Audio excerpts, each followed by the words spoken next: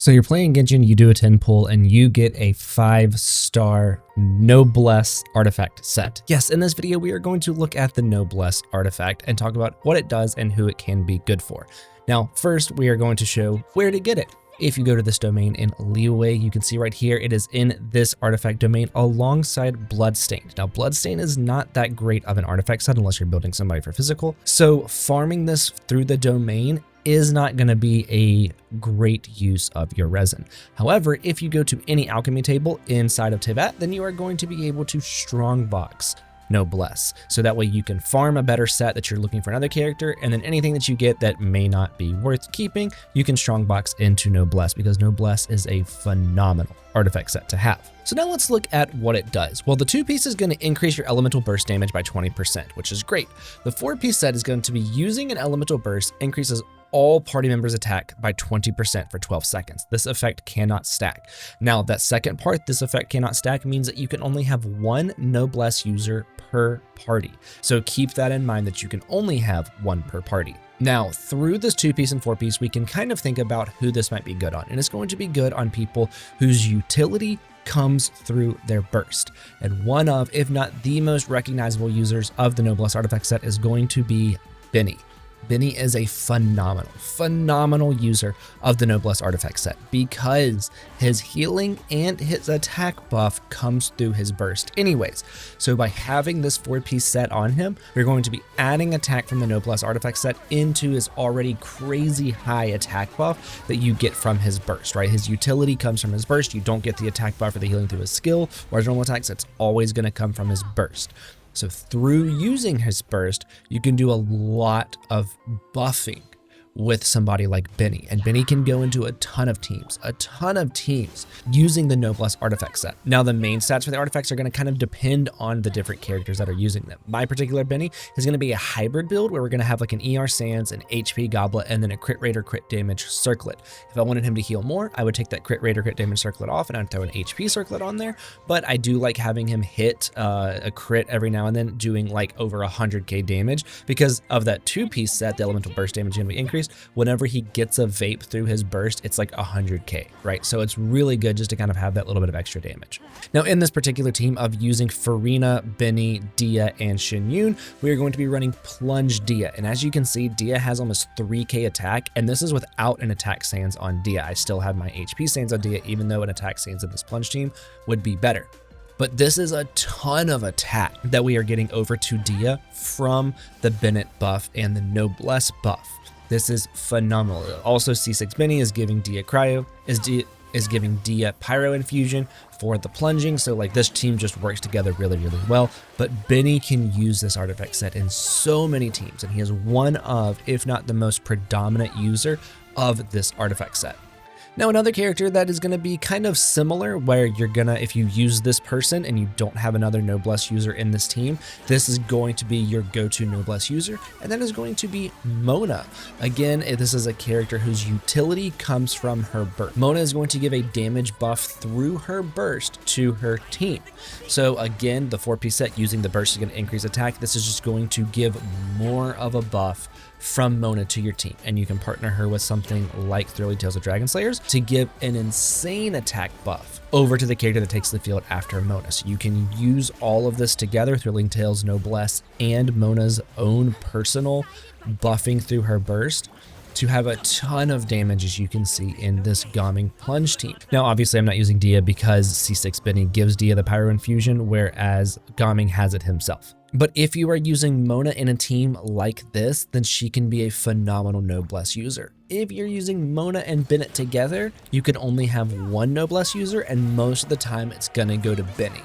At that point, Mona can kind of become an off-field damage dealer, where you're gonna probably be running her with something like Emblem or another buffing set, maybe even like Instructor, to get some EM over to the character that you're wanting to get those vape reactions.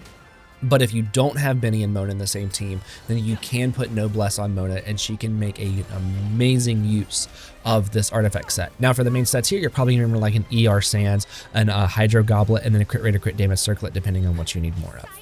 Now, we've talked about two characters that really work well with Noblesse, that have been around for a while, and that they're like the traditional Noblesse users. So now I want to talk about a character that is newer that can also use Noblesse, and that is going to be Iansen.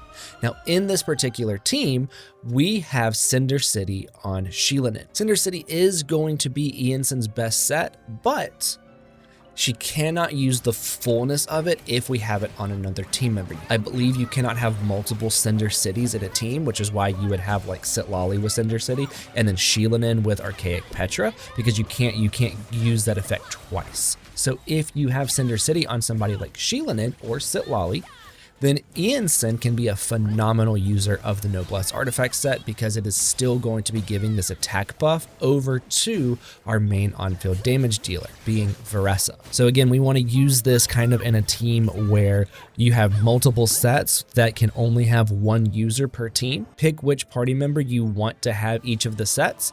Give Noblesse to the one that can use the other set, the more important set, less. I believe that Sheelanin is going to be using Cinder City much more useful than Iansen, so Iansen having Noblesse on her is going to be very, very good for this team overall because of that attack buff that we're going to be getting from Iansen, and Iansen's burst, like Benny, is where you get the main source of her buffing. So they go hand in hand. You're going to notice a pattern here with the characters that can use this set the best are going to be the ones whose utility comes mainly through their burst. Now, in this particular team with Veressa, Farina, Iansen, and Sheelanin, I believe this is like Veressa's hyper carry team, right? Where you're using Farina and Sheelanin's buffing with the healing and fanfare points and the shredding that comes along with it, and then going to Iansen for the attack buff. I believe that this is one of, if not Veressa's highest hyper carry teams. And you could potentially still keep Cinder City on Iansen and put Archaic Petra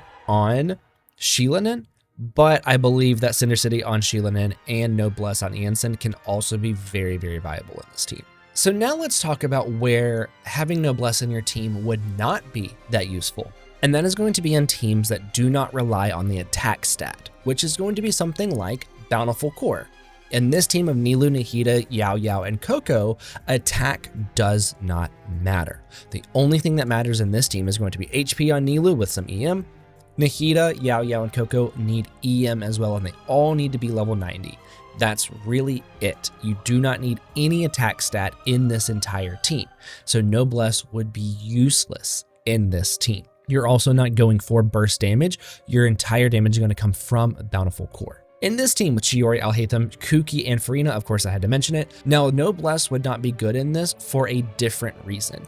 Noblesse would not be more useful than the current artifact sets on each of these characters. Chiori having Husk, Alhaitham having Marshmallow, or you could even do Gilded, Kuki having Deepwoods, and Farina having Golden Troop. None of them would be able to use Noblesse more than their artifact sets already on them. The attack buff would not be worth it because you would be losing so much damage if we were to take any of these four characters and swap them to the Noblesse artifact set. So this is another team where it's not going to be that great. Now, this Raiden hyper carry team with Raiden, Sara, Chevy, and Bennett. Bennett is our Noblesse user.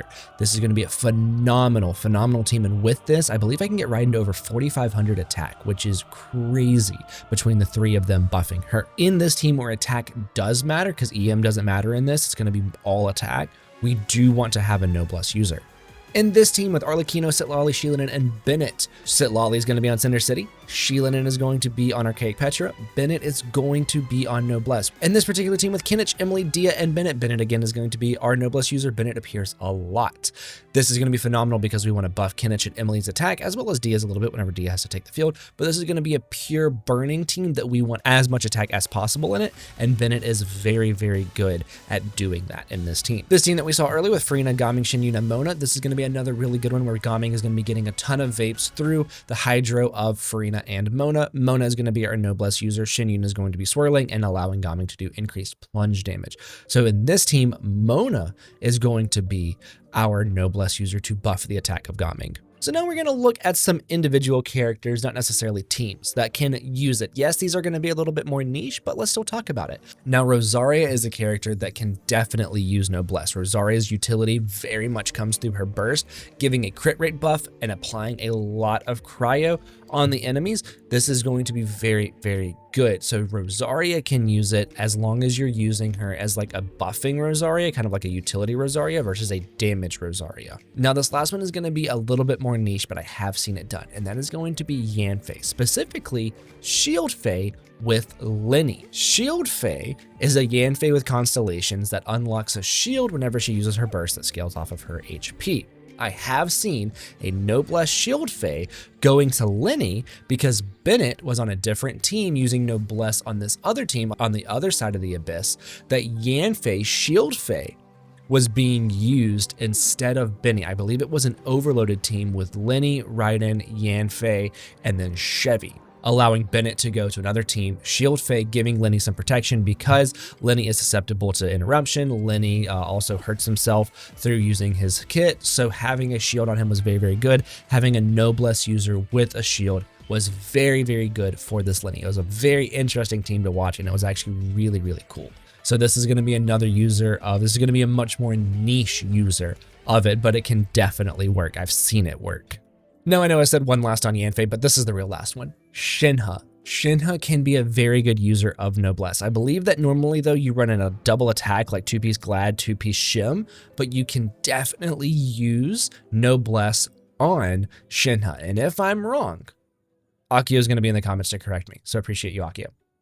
Now that is going to be it for this video. If you have any questions, make sure you leave it down in the comments. Kuki has green hair. I have green hair. Well, actually it's peach in real life, and I will see you in the next one.